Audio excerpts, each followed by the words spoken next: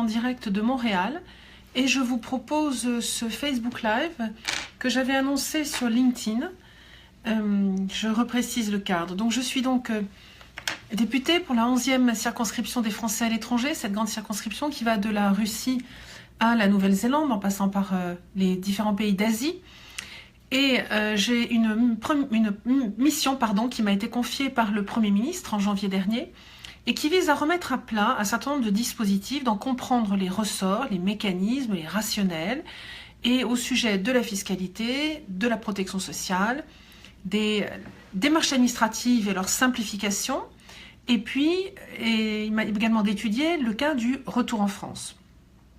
Alors, si je vous repose ce Facebook Live ce matin, c'est parce que pour cette mission, j'aurais absolument besoin d'avoir votre expérience, et je suis persuadée que parmi vous tous qui êtes quelque part dans le monde, qui êtes vous-même français non résident, français établis hors de France, je suis persuadée que parmi vous, il y a des personnes qui peut-être ne sont pas fiscalistes ou ne sont pas assureurs ou ne sont pas courtiers en assurance, mais qui, par votre expérience de vie à l'étranger, vous avez peut-être vous-même accompagné d'autres personnes ou vous-même eu des situations personnelles qui vous ont permis de développer une expertise, une connaissance d'un sujet particulier. Et c'est cette expertise que je viens chercher ce matin. C'est votre expérience dont j'ai besoin.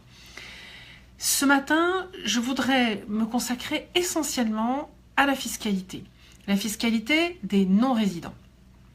Alors, la raison pour laquelle je fais ça, c'est que en observant la fiscalité des non-résidents, en écoutant d'abord certains de mes concitoyens qui étaient non-résidents, mais dans ma circonscription, aujourd'hui, sachant que la mission, je précise, s'adresse bien à l'ensemble des non-résidents dans le monde entier, et pas seulement sur ma 11e circonscription. D'ailleurs, ce matin, je voudrais préciser que je vous parle depuis Montréal où je suis venue interroger les Français sur place, une très grande communauté de Français. Je suis venue interagir avec notre consulat sur place pour comprendre comment eux fonctionnent, quelles sont leurs préoccupations, quelles sont leurs connaissances, quelles sont leurs expériences, quelles sont leurs recommandations sur les 4 sujets que j'ai évoqués tout à l'heure liés à ma mission.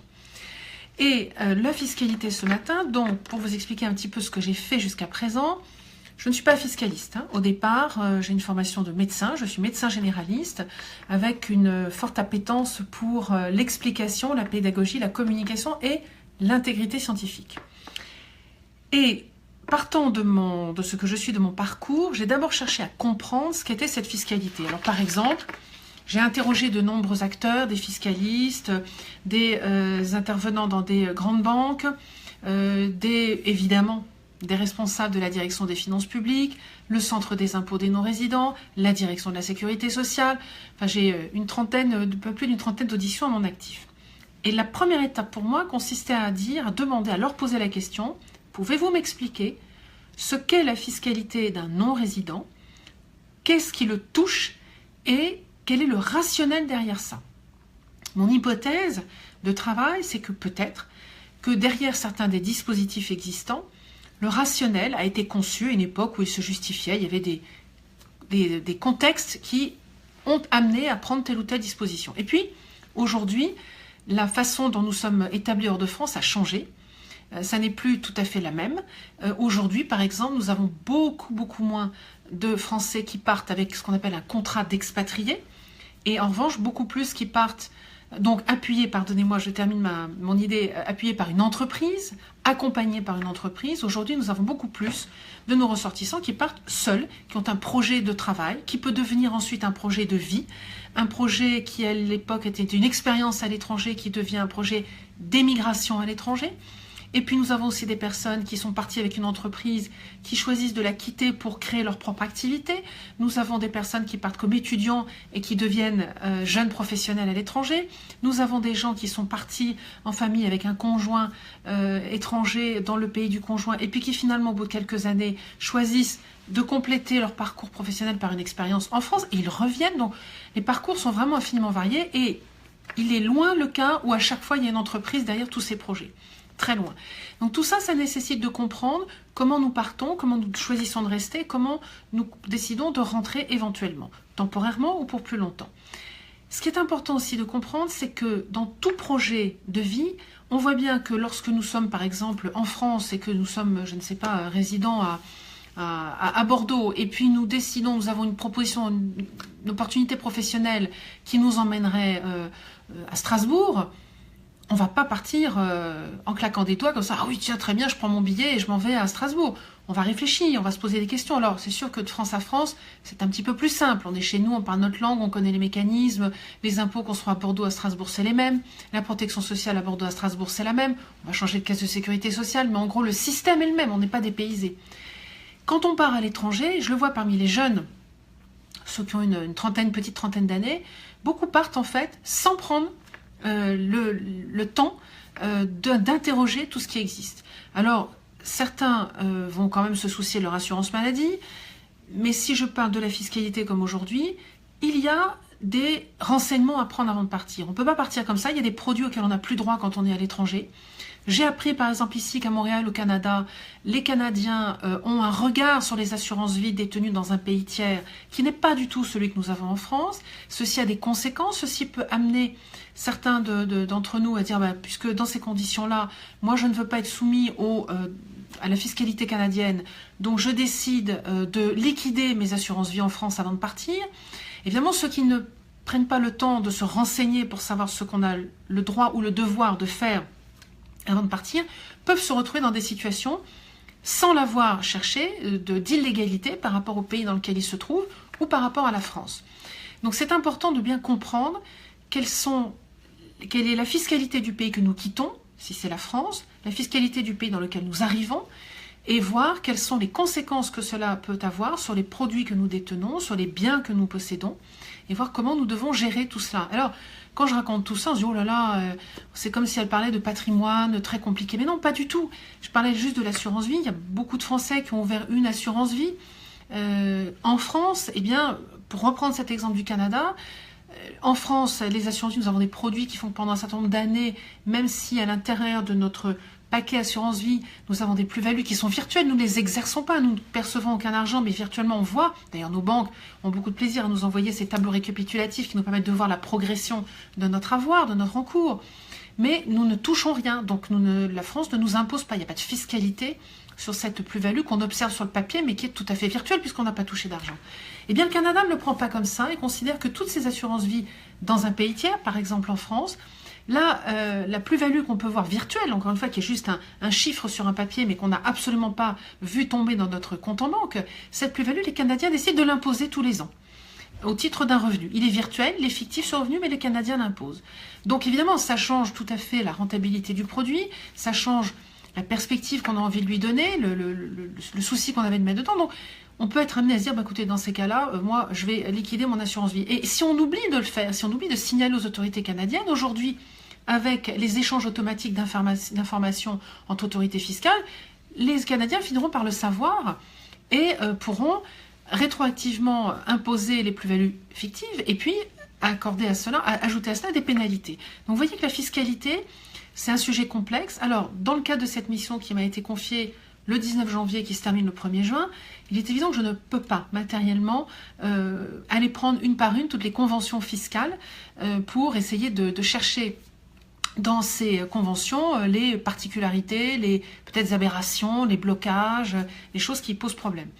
J'essaye d'avoir une vision plus globale et de me poser la question d'abord, je parle ici de fiscalité française, donc à quelle fiscalité française sont soumis les non-résidents et voir s'il y a des choses qui méritent d'être interrogées. Alors, l'idée aussi derrière tout ça, c'était de se poser la question, peut-être certains d'entre vous qui regardent en ce moment le savez, être très, très alertés sur le sujet. L'un des points épineux pour un certain nombre de non-résidents était le sujet des prélèvements sociaux, ce qu'on appelle la CSG, la CRDS, contribution au remboursement de la dette sociale. Deux prélèvements qui ont été créés en 1990 et mis en place en 1991 par le gouvernement de Michel Rocard à l'époque. Deux prélèvements qui avaient pour objectif de contribuer au renflouement de notre système de protection sociale, de notre sécurité sociale. Et je suis donc d'abord allée regarder au fait, quelle est la définition de ces prélèvements sociaux? Comment sont-ils définis? Et là, je tombe sur la définition suivante, qui est qu'on dit que c'est un impôt à objet social. Et la phrase se poursuit, qui est dû par ceux qui sont affiliés au régime de la sécurité sociale français. Il ne s'agit pas là de conditions de résidence, il n'y a pas de territorialité dans cette définition. Cette définition ne dit pas que c'est ceux qui habitent en France, ne dit pas que c'est ceux qui habitent en France, mais elle dit bien ceux qui sont affiliés. Alors du coup, je m'interroge, et c'est ça les questions maintenant que je vais poser à nos représentants de la direction de la sécurité sociale, à vous tous, parce que pour cette histoire de la CSG-CRDS qui est donc imposée aujourd'hui aux revenus immobiliers de source française des contribuables non résidents, je dis bien contribuables car l'impôt français ne fait pas de distinction de nationalité et donc cet impôt est dû que l'on soit français ou pas. Si on est allemand et qu'on est propriétaire d'un appartement en France et qu'on perçoit des loyers de cet appartement, ces loyers, que l'on soit allemand ou français établi en Allemagne, on est allemand, on est français, le simple fait de percevoir des loyers de cet appartement, de ce bien situé en France, fait qu'aujourd'hui, depuis 2012, alors l'Allemagne est un mauvais exemple car nous sommes en Europe, enfin donc aujourd'hui depuis le 1er janvier 2016, que nous soyons en Europe ou hors Union européenne, nous sommes soumis à ces prélèvements sociaux. Donc pas de nationalité liée à cet impôt, c'est très important. L'impôt n'est pas lié à la nationalité en France, ne peut pas l'être, c'est dans la Constitution. Donc, quand je lis ce texte, je me dis, bon, je vois que les prélèvements sociaux, c'est lié à une affiliation à un régime de sécurité sociale. Or, je viens encore de recevoir, je l'ai ici, une note complète de la direction de la sécurité sociale qui essaie de me justifier en 2 pages à 4 l'existence de ces prélèvements. D'accord, je ne suis pas inspecteur des finances, je ne suis pas spécialiste de sécurité sociale, mais enfin, ce document, je ne comprends pas. Je ne comprends pas, il n'est pas cohérent avec la définition que je viens de vous donner tout à l'heure. C'est pour ça que j'ai interrogé des avocats fiscalistes. Je ne suis pas totalement satisfaite des réponses qu'ils m'ont apportées. Je les trouve, leurs réponses, trop consensuelles et trop dans le même sens que la direction de la sécurité sociale. Je ne vois aucune lumière, aucune aspérité, aucune accroche pour avoir une approche différente de ce qu'est la direction de la sécurité sociale ou la direction des finances publiques. Je ne baisse pas les bras.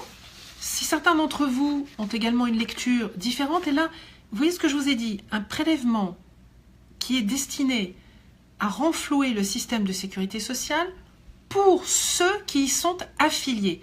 Donc, vous comprenez bien que dans cette définition, on ne met pas en parallèle cette contribution avec une prestation. Ça, c'est une erreur. Et moi, ça me semble être une erreur qui a été retoquée par les autorités, les inspections des finances françaises. La Cour de justice européenne avait dit autre chose, mais sur un point différent.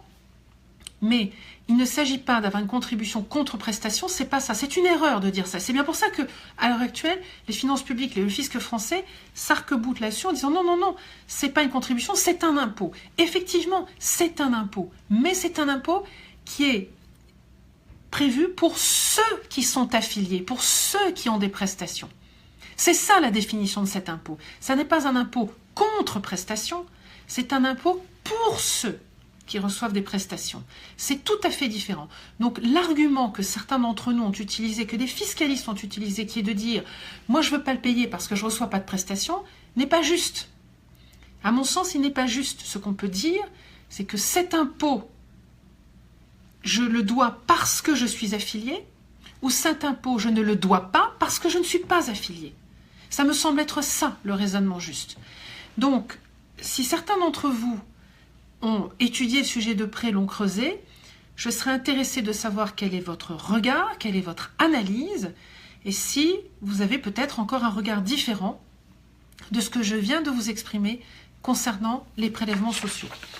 J'ai vraiment besoin de votre expertise, parce que sans votre retour, votre expertise, mon argumentation pourra manquer de poids, et plus j'ai de points de vue convergents vers une analyse, un regard, plus il me sera aisé de discuter, d'argumenter avec des gens qui ne sont pas faciles à convaincre.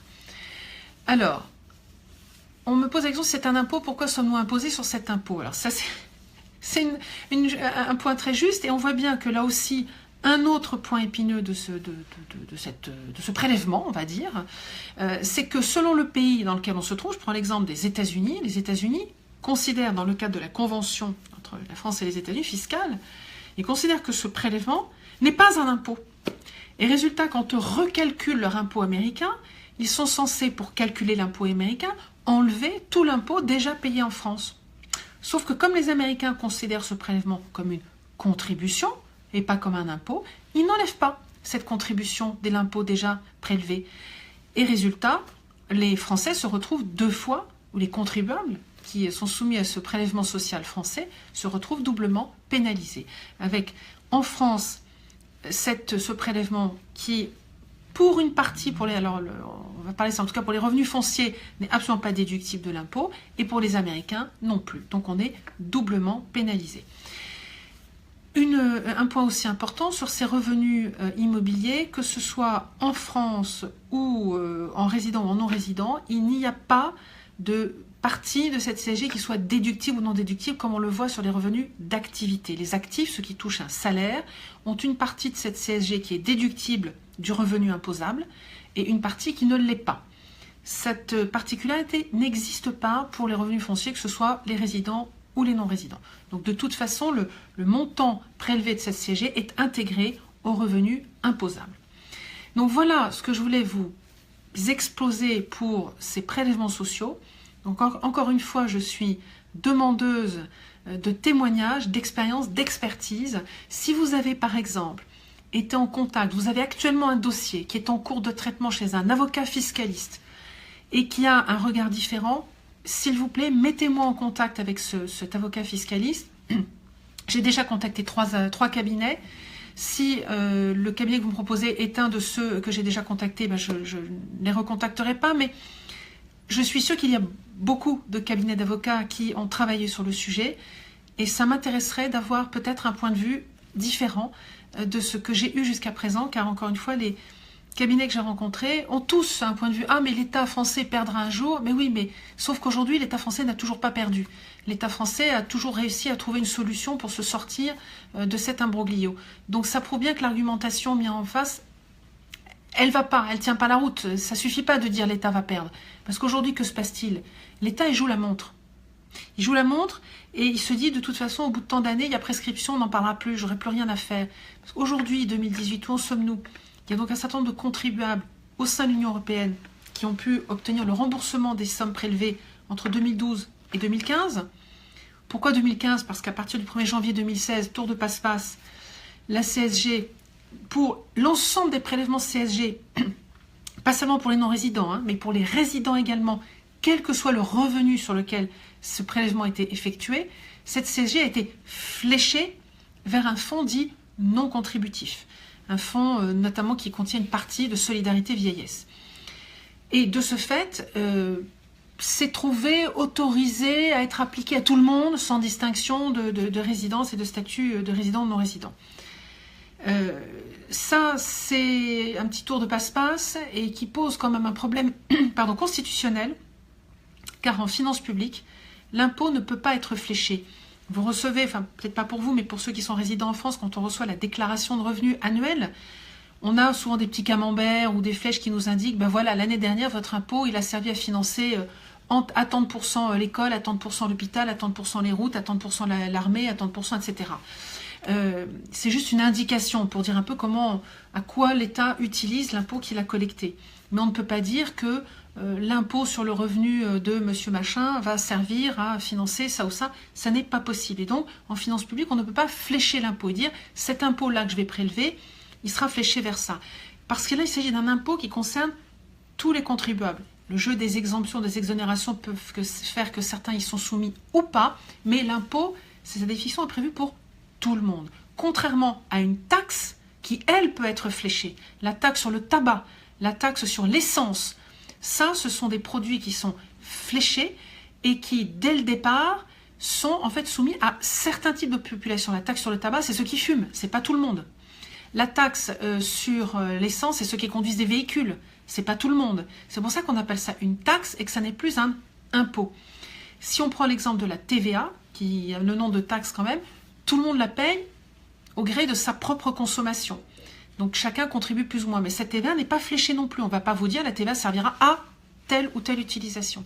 Donc les prélèvements sociaux, tour de passe-passe, que la direction des finances publiques persiste à dire que c'est un impôt, ils ont fléché l'impôt depuis le 1er janvier 2016. Donc ça risque de poser problème. Oui, mais ça risque de poser problème quand? Le temps qu'il y ait des recours, qu'il y ait des plaintes, qu'il y ait des dossiers instruits, et puis dans 5 ans, eh bien, il y aura prescription, et s'il doit y avoir procédure et condamnation de la France, ça sera trop tard, il n'y aura plus moyen de rembourser. Pourquoi je dis ça? Parce qu'effectivement, depuis août 2012, jour où ce prélèvement a été instauré, pour tous les non-résidents en Union européenne, puis depuis le 1er janvier 2016, pour tout le monde, où que nous nous trouvions dans le monde, ça fait un paquet d'argent maintenant accumulé. Donc ces prélèvements fonciers qui sont sur 2 types de situations, les loyers, et ça ces prélèvements sociaux sur les loyers se font par la direction de l'impôt des non-résidents qui se trouve à Noisy-le-Grand, qui sait exactement chiffrer. Je vais vous donner le chiffre. Aujourd'hui, ça représente 86 millions d'euros chaque année qui sont collectés sur les loyers des biens immobiliers détenus en France par des non-résidents, où qu'ils se trouvent, Union européenne ou hors Union européenne. Le reste passe par les notaires. Au moment des cessions de biens, lorsque se fait une plus-value, là il y a un prélèvement social qui est également effectué, c'est les notaires qui effectuent ce prélèvement et qui vont ensuite le reverser à l'État. Sauf que ils le reversent avec aussi d'autres prélèvements que font les notaires. Ils ne prélèvent pas que de la CSG, ils prélèvent aussi d'autres impôts. Et là, aux surprises, je ne parviens pas à obtenir le chiffre exact de combien les notaires prélèvent de CSG, CRDS sur les plus-values, car ils versent un global. Donc c'est beaucoup plus difficile d'obtenir ce chiffre. En tout cas, 86 millions d'un côté, donc effectivement avec les années accumulées, ça commence à faire beaucoup, plus les prélèvements sur les plus-values. Donc ça fait beaucoup. Donc effectivement, l'État se dit, vous savez que l'État français a foncièrement besoin d'argent, nous avons un problème de dette chronique qu'il faut absolument réussir à résorber, ou du moins à diminuer. Résorber, c'est peut-être un peu optimiste de ma part, mais en tout cas diminuer. Et rembourser des sommes importantes pose un réel problème à l'État. On peut le comprendre, hein. Nous-mêmes, si on a des dettes, quand on a beaucoup à rembourser d'un coup, ça pose problème. Donc, c'est un vrai souci, mais c'est un contentieux qui s'accumule. Et donc, je vois bien en écoutant plusieurs spécialistes, les avocats d'un côté, les finances publiques de l'autre, qu'en gros, en jouant la montre, on se dit, au bout de tant d'années, c'est fini, j'aurai plus à rembourser, c'est ça en moins. C'est pas une bonne approche, ça laisse une mauvaise image, on n'a pas confiance, on se dit qu'est-ce que c'est que cet État, ça fait quand même un peu État, ça fait pas très honnête de leur part, ça fait un peu filou quand même, hein, c'est cette façon de procéder. Donc il faut sortir de cet imbroglio, il faut sortir de là par le haut, trouver une solution acceptable par tout le monde. Et moi je commence par cette lisibilité du prélèvement social. Qu'est-ce que c'est? Pourquoi est-il dû? Est-ce que c'est un impôt? Est-ce que c'est une contribution? Pour moi, dans ma lecture aujourd'hui, je ne vois pas ce prélèvement comme un prélèvement contre prestation. Ça, c'est pas possible. Ça n'est pas sa définition de 1990. En revanche, je le répète, il est dû par ceux qui sont affiliés à un système qui donne droit à prestation. C'est tout ce qui est dit dans le Code de la Sécurité sociale.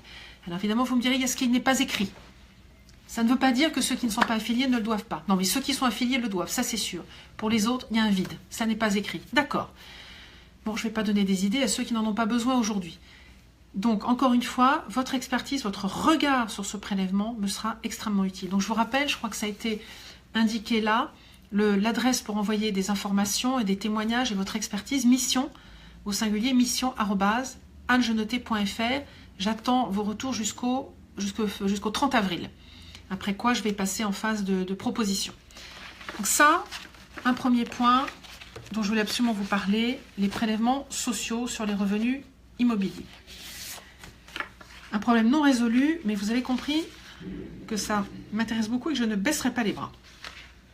Alors, autre point. Dans les différents dispositifs que j'ai étudiés, il y a un autre dispositif que j'ai découvert que j'ai découvert dans son mécanisme, dans son retour, dans son utilité, qui s'appelle l'exit tax. C'est un mécanisme qui a été créé en mars 2011, à l'époque du quinquennat Sarkozy. Très étonnant dans son état d'esprit. Ce prélèvement avait été créé avec un objectif principal qui était d'empêcher la délocalisation de contribuables français à l'étranger. Donc, à l'époque, M. Sarkozy, son gouvernement, Fillon, voulait à tout prix éviter que des contribuables partent à l'étranger et transféraient leur domicile fiscal hors de France. Donc, ça concernait essentiellement ceux qui détiennent, ça s'adresse essentiellement à ceux qui détiennent des titres, de société, des avoirs, des droits sociaux, des valeurs sociales, des actions, des stock options, etc. Donc l'idée, c'était ces gens-là, on ne veut pas qu'ils partent dans un pays à la fiscalité plus avantageuse pour aller vendre leurs titres, exercer leur plus-value ailleurs et ne pas pouvoir être imposés sur ces plus-values. Ce serait autant de choses qui m'échappent. Donc, moi, je vous connais, je vous vois avec vos stock options, vos actions. Vous décidez de partir à Hong Kong ou à Luxembourg. Je vous vois venir. Donc, puisque c'est ça, monsieur le contribuable, madame le contribuable, attendez avant de partir. Vous allez venir ici. Je vous mets en place un exit tax et vous allez me verser une certaine somme d'argent, une sorte de caution qui fait que si jamais vous étiez amené à décider de vendre vos titres, vous me dites que non, mais si jamais vous étiez à décider à vendre vos titres une fois que vous serez arrivé au Luxembourg, eh bien, une partie de cette plus-value me reviendra, à moi, État français. Ce dispositif, je vous le résume comme ça, mais en réalité, il est beaucoup plus complexe que cela. Et là, ce qu'on a découvert, c'est que en 2017, il y avait un peu plus de 2000 dossiers d'exit tax qui représentait à peu près 5 milliards d'euros de paiement. Mais en fait, on se rend compte qu'on peut s'interroger vraiment sur l'efficacité de cette taxe. Parce qu'en fait, on s'est aperçu en creusant, je dis on parce que j'ai dans mon équipe un inspecteur des finances qui est très créatif, qui est tout à fait remarquable. Et il s'est aperçu qu'en fait, cet impôt, rapporte très peu, est extrêmement complexe à mettre en place et il est extrêmement complexe de définir de calculer l'impôt qui est dû. Et au bout du compte, il existe malgré tout des mécanismes qui permettent à ceux qui devraient y être soumis d'y échapper. Donc au bout du compte, la France, alors avec un nombre d'employés important pour réussir à mettre en œuvre cette exit tax, donc c'est coûteux pour les services fiscaux français, ça rapporte peu et ça n'empêche pas les gens de partir.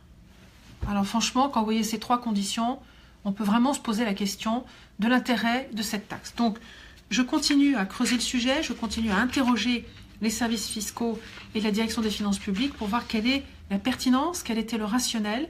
Et ma technique à moi, c'est pas d'arriver en disant « Ah, vous savez, vous avez tort, c'est pas bien cet impôt, il faut le supprimer, etc. » C'est moi ma technique, c'est je leur pose des questions. Et si, à travers mes questions, ils peuvent se dire, eux-mêmes se poser des questions, s'interroger et se dire « Ah oui, il en aura peut-être intérêt à modifier dans tel et tel sens parce que ça va quand même nous aider, ça va nous faciliter la tâche. » Ça serait parfait. Donc j'espère qu'à travers mes questions, ils vont comprendre qu'il y a peut-être des façons de simplifier la tâche et d'arriver à des choses plus efficaces que ce qui est mis en place aujourd'hui. Donc voilà, un deuxième sujet, c'était donc l'exit tax. Qui ne concerne pas tout le monde, mais là aussi, un point important pour tout ce qui concerne la fiscalité, je vous l'ai dit tout à l'heure, l'impôt en France ne tient pas compte de la nationalité, mais de la territorialité des revenus. Et ça, c'est important parce que du coup, les données dont je dispose... Moi, ma mission, le Premier ministre, M. Édouard Philippe, m'a demandé de regarder l'impôt, la fiscalité des Français. Et le premier problème sur lequel je bute, c'est que je n'ai pas de données sur les Français. Moi, j'ai des données sur des contribuables. Quand je vais au centre des impôts des non-résidents, ils savent me dire combien leur rapporte la CSG sur les revenus immobiliers, combien leur rapporte, ça peut être de la TVA pour certaines entreprises, ça pourrait être pour des particuliers, ça peut être un impôt sur le revenu, mais ce sont des particuliers, des entreprises, des contribuables. Ce ne sont jamais des Français. Ils ne peuvent pas me dire si ce sont des Français, des Allemands. Vous l'avez bien vu, quand vous remplissez une feuille d'impôt française, il n'y a pas une petite case dans un coin qui dit « je suis Français ». Ça n'existe pas. Donc, je n'ai pas de données sur les Français. Même chose en protection sociale. Les notaires, quand vous faites un achat ou une vente immobilier, dans votre acte de vente, la nationalité est marquée, évidemment, mais sur le formulaire de prélèvement d'impôts et de taxes sur la cession ou l'acte de notarié qui est fait, sur le formulaire, il n'y a pas de mention de nationalité. Donc, pour moi, c'est très compliqué d'avoir ces données. C'est pour ça que je vous envoyais un questionnaire pour essayer de voir quelles étaient les données propres à des Français. Alors, derrière tout ça, par rapport à cet impôt, je vois une question qui passe. Alors, attendez, une première question. Alors, c'est pas une question, c'est un petit mot d'humour que met Jean-Louis sur le nombre de fonctionnaires. Et alors là, Jean-Louis, je vais tout de suite vous dire qu'une chose, que l'ensemble des personnes que j'ai rencontrées aujourd'hui sont tellement dans une exigence de couper le plus possible le nombre de fonctionnaires, d'en réduire le nombre, qu'aujourd'hui, faire travailler beaucoup de fonctionnaires, le plus de fonctionnaires possible, n'est vraiment, mais alors vraiment pas dans l'air du temps, et que si on peut supprimer des postes, c'est d'abord un objectif de suppression de postes qui est là, mais là aussi avec un gros problème. Bercy, enfin les directions des finances publiques veulent vraiment couper des têtes partout. C'est une très mauvaise approche, car il ne faut pas couper des têtes pour des raisons budgétaires, il faut mettre en place des mécanismes de fonctionnement qui conduisent, parce qu'on est plus efficace, à réduire le nombre de personnes nécessaires pour effectuer les tâches, et donc derrière à réduire le budget de l'État. Mais on ne commence pas par dire, je réduis, donc je coupe des têtes, donc 3, après ça je fais quoi? Parce qu'à raisonner dans ce sens-là, on se retrouve avec des gens qui ont des missions démentielles et ne peuvent pas les assurer, ou sont plus formés pour ce à quoi, sur quoi on les attend. Donc réduire le nombre de fonctionnaires est vraiment un objectif, mais la logique utilisée jusqu'à présent de couper pour couper des têtes n'était à mon sens pas la bonne. Il va falloir changer de façon de faire. Mais j'en reparlerai dans dans le 3e Facebook Live, vous verrez qu'il y a des choses très intéressantes sur le sujet. Je reviens à la fiscalité parce que j'ai une autre question qui m'est posée sur... voilà. Alors, on me signale le fait que ceux qui sont résidents au Canada aujourd'hui, qui décident de rentrer en France, eux, vont être soumis à l'exit tax canadienne. Alors ça oui, là ma mission, elle me demande de m'intéresser à la fiscalité française, mais pas à la fiscalité des autres. Donc je peux pas donner mon point de vue sur l'exit tax canadienne ou d'un autre pays. Mais on voit bien, ça souligne quand même un problème, une situation assez intéressante. C'est qu'en fait, en regardant la fiscalité française à laquelle sont soumis les non-résidents, on se rend compte qu'elle n'est pas si défavorable que ça. Il y a ce problème de CSG qui est inique. Mais à part cette CSG qui est inique, tout le reste, pour le moment, il y a des choses comme l'exit tax qui posent question par rapport à l'intérêt que ça a véritablement. Est-ce que l'objectif de cet impôt est atteint ou pas? Probablement pas. Mais on voit bien que dans l'ensemble, on n'est pas si mal lotis en France. Nos mécanismes sont parfois, concernant l'impôt, un peu complexes. Il vaut mieux se renseigner. Le jeu des conventions fiscales entre deux pays peuvent rendre les choses, sont là supposément pour éviter les doubles impositions, mais dans leur mise en œuvre peuvent être infiniment complexes. Mais la seule fiscalité française des non-résidents n'est pas forcément très très complexe. Et elle n'est pas forcément désavantageuse. Il y a franchement des pays qui sont beaucoup plus désavantageux que ça. Je pense par exemple à un pays comme l'Australie. Pour information, les Australiens sont très très nombreux en expatriation, et la raison de leur expatriation, je crois que c'est pas loin de 10% de la population australienne, et ils le font pour des raisons fiscales, parce que la pression fiscale est trop forte en Australie. Donc nous en France, on a une pression fiscale, on a une pression sociale avec les charges sociales, les deux l'un dans l'autre sont considérables, plus une TVA à 20%, tout ça, ça fait beaucoup de pression générale, financière, sur les revenus, mais la pression fiscale sur les non-résidents, elle est ce qu'elle est, elle est perfectible, elle a des points à améliorer, mais elle n'est pas finalement si désavantageuse que ça pour le moment. Alors, une question sur pourquoi est-il difficile d'ouvrir un compte bancaire non résident pour un Français à l'étranger. Alors ça c'est une question très juste. D'abord, l'information que j'ai, que je peux donner, c'est que lorsqu'un établissement bancaire français refuse d'ouvrir un compte bancaire à un Français non résident. Je pense à certains pays qui posent vraiment problème, dans lesquels vraiment, dès que l'établissement bancaire apprend qu'on est résident de tel ou tel pays, ils ont tendance à fermer le compte, et la personne se retrouve sans compte bancaire en France. La Banque de France, il faut écrire à la Banque de France. Je n'ai pas l'adresse exacte, le process exact, mais je peux le retrouver. Impose l'ouverture du compte et peut revenir vers l'établissement bancaire et le contraindre à ouvrir un compte bancaire. Ça sera un compte bancaire sans service, vraiment minimum, mais le droit au compte existe, y compris pour les Français à l'étranger. Et quand il y a une difficulté à ouvrir un compte bancaire, il ne faut pas hésiter à en passer éventuellement par votre député dans votre circonscription pour en passer par la Banque de France et obtenir l'obligation d'application de la loi qui impose l'ouverture du compte bancaire pour les Français. Alors, ensuite, d'autres questions qui me sont venues. Alors, le compte bancaire. Donc, demain, j'aurai sur ma page Facebook, pour information, Anne Jeuneté députée, un article qui sera posté sur justement le droit au compte bancaire et l'ouverture d'un compte bancaire quand on est français. L'ouverture d'un compte bancaire en France. Donc, vous retrouverez dès demain un article sur le sujet. Mais c'est très juste qu'effectivement, pour toucher les prestations, les remboursements par exemple dus par la Caisse des Français de l'étranger, il vous faut effectivement un compte bancaire en France.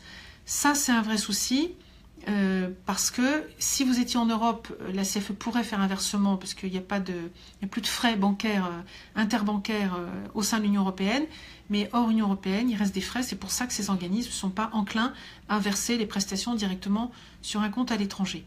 Je me pose la question d'ailleurs de pouvoir...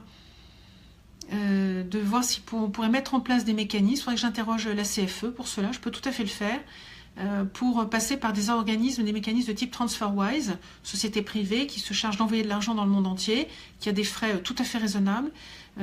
C'est peut-être en suggérant des partenariats de ce type-là qu'on pourrait peut-être répondre à la problématique du remboursement de la problématique de recevoir des prestations en espèces de la part d'organismes quand on n'est pas en France, et pourquoi devoir passer par un compte en France. Effectivement, c'est une bonne question. Alors ce matin, j'ai une question qui m'est posée là sur la sécurité sociale, mais je parle vraiment de fiscalité et non pas de protection sociale. Je suis vraiment sur la fiscalité. Alors, pour continuer sur la fiscalité, un autre point. Lorsque on est résident, là je m'adresse à ceux qui sont hors Union européenne. Pour ceux qui sont hors Union européenne, lorsque l'on vend un bien immobilier, au moment de l'acte qui est situé en France, lorsqu'on est à l'acte notarié, on a l'obligation d'avoir, le fisc français impose, d'avoir présent à l'acte ce qui s'appelle un représentant fiscal. Et ce représentant fiscal peut être une société. Cette société a pour seul métier de représenter des contribuables lors d'un acte notarié. Et en gros, il vérifie que le calcul des plus-values est le bon, que le versement des plus-values est le bon. Et si plus tard, il devait y avoir un redressement fiscal fait par le fisc français, cette société se chargerait de payer d'abord le fisc. C'est une sorte d'organisme de caution. Et elle aura évidemment, il ne faut pas croire qu'elle paye à notre place, ce n'est pas une assurance. Et elle se tourne ensuite vers nous, c'est elle qui prend à sa charge le fait de nous poursuivre, de nous rechercher, d'aller nous réclamer cette somme que le fisc nous aurait éventuellement réclamée. Ces organismes, ces représentants fiscaux, parce qu'il faut savoir aussi, petite parenthèse, c'est que lorsqu'il y a une erreur sur un calcul de plus-value lors d'un acte notarié, ce n'est pas le notaire qui est en cause, c'est le contribuable. Il faut le savoir en droit français. Lorsque il s'agit de choisir un représentant fiscal, le fisc français met à la disposition du contribuable la liste d'un certain nombre d'entreprises, il y en a une petite dizaine, qui sont agréées, accréditées par le fisc. Il faut savoir que la loi autorise à ne pas passer par ces organismes accrédités, mais à passer par un proche. Vous pouvez désigner un ami, un voisin, un parent, quelqu'un en qui vous avez confiance. Mais attention, qui serait lui également responsable d'aller rembourser tout de suite, de payer immédiatement au fisc le redressement éventuel et de vous réclamer après l'argent. Donc ça engage la responsabilité de la personne que vous désignez. Et il se trouve que parmi ces représentants fiscaux, on peut... Alors, l'idée était, à l'époque où on peut se retrouver dans un pays avec lequel il n'y avait aucun moyen d'avoir contact, de nous retrouver pour aller, encore une fois, vous voyez, l'état d'esprit, c'est il y a une erreur sur un calcul et il faut retrouver le contribuable qui se trouve à l'autre bout du monde. Aujourd'hui, avec le développement de plus en plus fréquent et nombreux des échanges automatiques d'informations entre les entités fiscales de plusieurs pays, le représentant fiscal n'a plus de sens avec ces pays-là. Si on est un ressortissant des États-Unis, ou de Grande-Bretagne, il y a échange automatique d'informations, il n'y a pas besoin, alors Grande-Bretagne, si, elle va bientôt être hors Union européenne, donc ça s'applique aussi, ce que je suis en train de dire, mais elle n'a pas besoin, on n'a pas besoin d'avoir un représentant fiscal, puisque le fisc français pourrait tout à fait se retourner vers le fisc américain d'un côté, le fisc britannique de l'autre, pour obtenir les informations demandées. Donc là, clairement, la pertinence de l'obligation de représentant fiscal, c'est cher, hein, la prestation du représentant fiscal lors d'un acte notarié, sa rémunération est proportionnelle au montant de la vente, au montant de la cession. C'est quand même pas rien. J'ai plus les chiffres en tête, mais c'est relativement important. Donc franchement, on peut vraiment se poser la question de la pertinence d'avoir un représentant fiscal quand il s'agit d'un pays de résidence, avec un pays avec lequel il y a une transparence de la donnée, des données fiscales. Donc voilà, un autre point sur lequel j'aimerais avoir plus de précision, d'autant que il y a apparemment certaines des sociétés de ces représentants fiscaux qui eux-mêmes ne sont pas forcément... fiscalement, voilà, j'ai même pas la définition de ce qu'ils sont, de comment est défini leur agrément, leur accréditation, je sais plus comment ça s'appelle, quels sont les critères d'agrément, j'aimerais bien les connaître. Ça, c'est une question que j'ai posée aussi, pour savoir comment ils sont choisis. Donc, les représentants fiscaux, j'ai parlé d'exit tax, si on peut faire exit les représentants fiscaux, ça serait peut-être une bonne idée à creuser. Autre sujet difficile, compliqué à étudier. C'est le cas du bien immobilier que les résidents français à l'étranger peuvent détenir en France. Un certain nombre d'entre nous ont un patrimoine immobilier parce qu'ils ont décidé d'investir en France, ils en tirent des revenus locatifs, très bien. Un certain nombre d'entre nous possèdent un bien immobilier en France qui tient lieu de pied-à-terre, de base de repli. Je suis allée par exemple au Liban, beaucoup de Français là-bas ont un bien immobilier en France parce que c'est une forme d'assurance, si jamais il y avait besoin de fuir rapidement le pays, au moins ils ont de quoi avoir un point de chute en France. Pour d'autres, ça peut être, donc je disais un pied-à-terre de passage, pour d'autres, ça peut être un point de ralliement familial, où on se retrouve familialement parce que dans le monde moderne, les enfants peuvent être un peu partout, on apprécie d'avoir un point de rassemblement. Aujourd'hui, ce bien en France, que nous avons en propriété, est considéré par le fisc français comme une résidence secondaire. Ça a des incidences sur, au moment de la revente, les plus-values sont donc imposées comme une résidence secondaire, et ça a une incidence sur le plan de la taxe d'habitation, qui fait que du coup le bien est taxé en résidence secondaire, c'est-à-dire sans décote. Une résidence principale, pour la taxe d'habitation, bénéficie d'abattement que n'a pas la résidence secondaire. Donc la taxe d'habitation est payée plein pot pour une résidence secondaire alors qu'elle est payée avec réduction pour une résidence principale. Il existe aujourd'hui 2 dispositifs qui permettent de placer cette résidence secondaire en résidence principale. Le premier concerne ceux qui sont en France, vous allez voir pourquoi je vous en parle. Quand on est un résident fiscal en France, qu'on possède une maison à la campagne qui est une résidence secondaire, mais que par ailleurs, pour notre résidence principale, on n'est pas propriétaire, mais on est locataire, alors la loi permet que cette résidence principale, secondaire, nous autorise à la vendre, et à ce moment-là, au moment de la vente, elle peut être exonérée d'imposition sur les plus-values, qui normalement est due parce que c'est une résidence secondaire.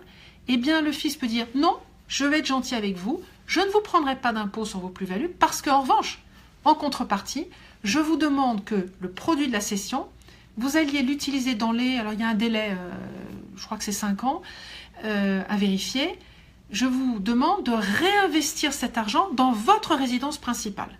Et si le produit de la vente, vous le réaffectez à votre résidence principale, alors, je confirme, vous n'aurez pas d'imposition sur vos plus-values. Ce mécanisme-là a été copié pour les non-résidents fiscaux. Et lorsque nous sommes propriétaires d'un bien en France, que nous souhaitons le mettre en vente alors que nous en avions la pleine jouissance, que nous n'avions pas de locataire dedans au 1er janvier de l'année qui précède la vente, donc un délai assez long, alors nous sommes autorisés à vendre ce bien sans être imposés sur les plus-values au titre d'une résidence secondaire, à condition que nous puissions réinvestir le montant de la vente dans un autre, et on a droit à ça une seule fois, dans une autre résidence unique en France. Sauf que ce dispositif a été élagué et qu'aujourd'hui il est capé, le montant de la plus-value est capé et il n'est plus aussi intéressant qu'il n'était, et en tout cas il n'est absolument pas intéressant comme il peut l'être pour le cas précédent que je vous citais, celui qui est en France, qui est locataire de sa résidence principale, qui vend sa résidence secondaire pour s'acheter une résidence principale. Le dispositif n'est plus parallèle. Il l'a été, il ne l'est plus. Pourquoi ? Je pose la question et je ne vois aucune raison pour qu'il n'y ait pas d'alignement de ce point de vue-là. Maintenant, là, il s'agit des plus-values et ça n'enlève pas le statut de résidence secondaire pour l'imposition à la taxe d'habitation. Et on sait que pour un certain nombre d'entre vous, ça peut poser problème puisqu'il y a aujourd'hui des villes. La taxe d'habitation est un impôt local. L'État n'a pas la main dessus. Je n'ai aucun moyen dans ma mission de recommander quoi que ce soit par rapport à ça. Mais aujourd'hui, un certain nombre de villes, dont la ville de Paris, impose une surtaxe résidence secondaire pour lutter contre les logements vacants. Et cette surtaxe à la taxe d'habitation peut être extrêmement importante. À Paris, elle atteint 60% aujourd'hui. Donc c'est absolument considérable. Et encore une fois, les collectivités locales font ce qu'elles veulent avec cette taxe d'habitation. Je n'ai aucun moyen de tordre le cou à cette pratique. Donc là, il y a un vrai sujet. Mais la difficulté que je rencontre pour le moment, je n'ai pas trouvé le ressort. Donc si certains d'entre vous ont des idées, lâchez-vous, c'est le moment. Si on crée, est-ce qu'on doit créer un troisième statut? La résidence principale existe, la résidence secondaire existe, on crée un troisième statut qui est l'habitation principale en France. Nos collègues sénateurs l'avaient proposé il y a quelques années. C'est une piste à creuser. Ça a été retoqué à plusieurs reprises et je n'ai pas la raison, justification, pourquoi l'État français a-t-il retoqué cette approche. Je cherche à le savoir, je n'ai pas encore la réponse. Deuxième chose, est-ce qu'on doit la rebasculer systématiquement en résidence principale? On peut se poser la question, est-ce qu'on ne doit pas faire une différence entre le pied-à-terre qu'on a dans une grande ville où on passe vraiment régulièrement, on y passe assez souvent, peut-être même à un moment on finit par y installer ses enfants pour leurs études supérieures, ou des parents âgés, et un chalet à la montagne, une maison au bord de la mer ou une maison à la campagne, dans laquelle de toute façon ça aurait été une résidence secondaire si on avait été en France. Vous voyez, donc il y a des difficultés. Et puis celui qui se retrouve avec sa résidence principale à Lille et qui a une résidence secondaire à la campagne en Bourgogne et qui se dit, bah zut alors, je fais juste quelques kilomètres et mon co-citoyen là qui lui se trouve de l'autre côté de la frontière en Belgique, lui, il a un statut particulier pour sa maison en Bourgogne, et moi pas. Alors qu'il y va comme moi pour les week-ends, les vacances, il utilise sa maison de la même façon que moi. Vous voyez que c'est pas évident, il faut pas non plus créer une inégalité dans l'autre sens. Donc, c'est pas évident de trouver une bonne approche. Donc là, si vous avez des idées à me proposer, je suis preneuse, parce que vraiment, je bute, très honnêtement, je le dis, je bute sur ce problème de la résidence en France. J'ai pas encore trouvé la bonne approche qui soit équitable, qui soit juste et qui permette de ne pas donner un avantage qui serait disproportionné aux non-résidents. Vous voyez bien que il y a vraiment des différences. Il y a des résidences j'allais dire déjà des résidences principales, pardonnez-moi, ma langue a fourché, une habitation principale en France qui n'a pas le même statut entre celui qui l'a, parce que c'est son assurance retour si jamais il est dans un pays où il y a des risques naturels ou des risques terroristes ou des risques civils ou des risques militaires importants, économiques, et donc il a cette assurance. Et puis celui qui de toute façon a sa maison à la campagne, qu'il avait déjà d'ailleurs avant de partir, il avait sa petite maison en Bretagne et il continue à y aller pendant les vacances quand il rentre de ses vacances, pour les vacances de Corée ou du Chili. Donc vous voyez que c'est pas évident de trouver une juste mesure. Donc là, je vous attends là-dessus. Si vous avez des recommandations à faire, je suis tout à fait preneuse. Je n'ai pas d'a priori là-dessus, mais voilà, je trouve qu'il ne faut pas mettre en place un dispositif compliqué qui viserait notamment qui serait inéquitable par rapport à ceux qui sont résidents en France. Là, il faut quand même regarder les choses en face. L'habitation qu'on a en France, certes, ça peut être un point de repli. Certes, c'est une attache. Alors en revanche, on peut se poser la question de voir comment inciter à investir dans la pierre en France quand on est à l'étranger. Parce que là, pour avoir discuté avec certains de nos ressortissants ici à Montréal, je vois bien que dans un certain nombre de cas, oui, il y a des Français qui sont à l'étranger, qui hésitent à investir en France parce que la taxation sur les loyers est trop importante, le risque de la protection du locataire est tel que ça les encourage pas tellement à investir. Donc bon, là, je parle d'investissement locatif, d'investissement et non pas d'achat d'un bien immobilier pour nous, mais il y a un frein clair qui existe aujourd'hui à l'investissement immobilier pour quelqu'un qui n'est pas en France. Ça, ce sujet-là, il faut que je le traite et que je fasse des propositions. Mais l'habitation principale en France, c'est un petit peu plus compliqué que ça et je ne suis pas favorable personnellement, mais j'attends vos propositions, je suis vraiment ouverte et à l'écoute de toutes vos propositions. Je ne suis pas forcément favorable à ce qu'il y ait une distinction entre le non-résident et le résident sur ce sujet-là par rapport à l'habitation qu'on a en France. Voilà, donc ça c'est un point important. Maintenant, est-ce qu'on pourrait assouplir le dispositif qui existe pour la première session après le départ en France? Alors il y a un point en revanche qui pose problème, j'ai oublié de vous signaler, qui là n'est pas du tout normal, c'est le contribuable français qui quitte la France parce que son entreprise l'a envoyé à une date précise, il est propriétaire de son logement et le jour où il a son billet d'avion, où il s'en va pour habiter ailleurs dans le monde, ce jour-là, toc, sa résidence, qui était la principale jusqu'au, par exemple, 30 août, quand il a quitté la France, eh bien le 31 août, il est arrivé à Madrid ou à Washington, et toc, sa résidence a basculé en résidence secondaire.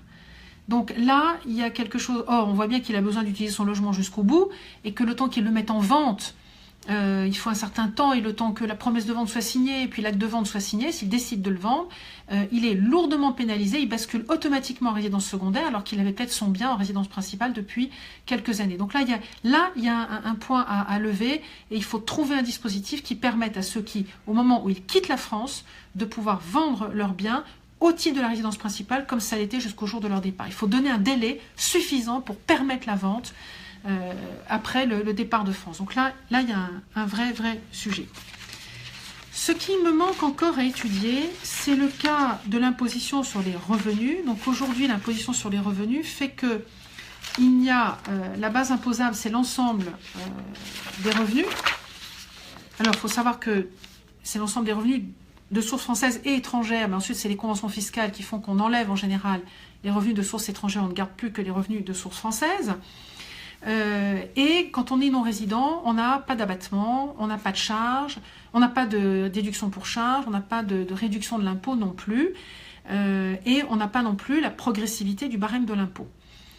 Donc je suis en train de demander, j'ai demandé des tableaux comparatifs qui correspondent à plusieurs situations familiales et en termes de revenus différentes, pour pouvoir comparer le résident et le non-résident, et voir quelles sont les différences, quels sont les mécanismes, pour qui c'est avantageux, pour qui ça ne l'est pas, s'il y a une inéquité, où est-elle, et est-ce qu'il y a un rationnel derrière qui permettrait de revenir à une forme d'équité. Je n'ai pas encore obtenu les tableaux, donc je les attends. Et quand j'aurai ces tableaux comparatifs, j'aurai donc cette vision complète pour voir si c'est tout à fait intéressant ou non. Ça, je vous tiendrai au courant et je le ferai savoir sur mes pages Facebook. Ça sera fin avril, début mai, je pense que j'aurai toutes les données qui me permettront de répondre à cette question, d'analyser, de voir si il est pertinent ou pas de proposer un barème progressif aussi aux non-résidents, sous quelles conditions, en étant dans quel pays ou pas. Voilà, il y a plein de questions qui se posent. Est-ce que du coup on peut avoir des réductions pour charges? Parce que derrière tout ça, moi ce que j'ai dans l'idée et que je voudrais pouvoir favoriser, c'est que le président de la République a incité, et d'ailleurs ça a marché cette semaine, on a vu des résultats très intéressants, des capitaux étrangers à venir en France pour nous aider à relancer notre économie. C'est une très bonne initiative, on voit qu'elle a porté ses fruits, les données cette semaine publiées sont très intéressantes, il y a une nette progression en termes d'investissement étranger en France, je crois que c'est plus 17% en 2017, c'est quand même assez important, et ce qui a généré plusieurs milliers d'emplois. Donc c'est vraiment extrêmement intéressant. Mais enfin, les capitaux étrangers, c'est aussi des capitaux détenus par des Français à l'étranger, non? Ça vaudrait le coup. Donc, après tout, on est Français à l'étranger, mais si on est là, si on a voté, c'est bien qu'on s'intéresse à notre pays, c'est bien qu'on a envie qu'il s'en sorte, c'est bien qu'on a envie de participer à sa transformation. Donc, ça vaut le coup peut-être de nous proposer des mécanismes qui nous incitent à aller investir dans l'économie française. Alors l'économie française, personnellement, je la vois un petit peu plus large que le président de la République. Je ne vois pas que l'économie au sens entrepreneurial du terme, mais je la vois aussi dans la pierre, car la pierre est aussi une façon de faire vivre l'économie. Quand on achète un bien immobilier, on est obligé de le faire tourner, on consomme forcément de l'électricité, on consomme des taxes locales, on consomme le tout à l'égout, on consomme les ordures ménagères, on consomme des routes pour y aller, on fait travailler des artisans pour le mettre en état, des artisans pour le maintenir en état. Voilà, donc tout ça participe quand même de l'économie générale du pays. Ça peut être intéressant, donc je trouve qu'avoir des mécanismes qui permettent d'inciter le Français qui a des capitaux à l'étranger à venir en France mettre ses capitaux plutôt que de les mettre dans un autre pays, moi je pense que le jeu en vaut la chandelle. Donc j'aimerais dans cette mission pouvoir proposer des mécanismes qui incitent les capitaux français aussi à revenir en France et pas seulement les capitaux étrangers. Donc tout ça, je vous en reparlerai. Oui, c'est très complexe. Il faut aussi que je m'intéresse à la fiscalité proposée lorsqu'on investit dans des startups, quand on investit dans des entreprises, quand on investit dans des fonds d'investissement. Donc tout ça, comment un capital détenu par un Français à l'étranger peut revenir en France. Si vous avez des idées, si vous avez des propositions, je suis également intéressée par vos suggestions, vos recommandations, votre expertise. Hein, si vous avez connaissance d'un dispositif particulier que vous trouvez unique ou que vous trouvez intéressant, ou que vous avez peut-être dans votre pays de résidence un mécanisme fiscal que vous trouvez pertinent, n'hésitez pas, surtout mettez-les moi. Moi je suis autant pour la recherche de témoignages de choses curieuses, étonnantes, voire critiquables, que à la recherche de témoignages de bonnes pratiques, de choses qui fonctionnent bien. Donc si vous êtes dans un pays avec un mécanisme fiscal particulier, même si ça vous semble être peut-être une niche, mais qui vous semble pertinent, surtout revenez vers moi. Les idées, elles viendront de vous beaucoup plus que uniquement de moi et ma petite équipe, malgré tout le travail que nous mettons en œuvre. Donc je compte sur vous. Je vais devoir vous laisser. J'espère que ces échanges autour de la fiscalité vous auront intéressé, que ça aura éveillé d'autres questions chez vous, d'autres recherches. Donc n'hésitez pas, je suis à votre disposition. Je compte encore une fois sur vous.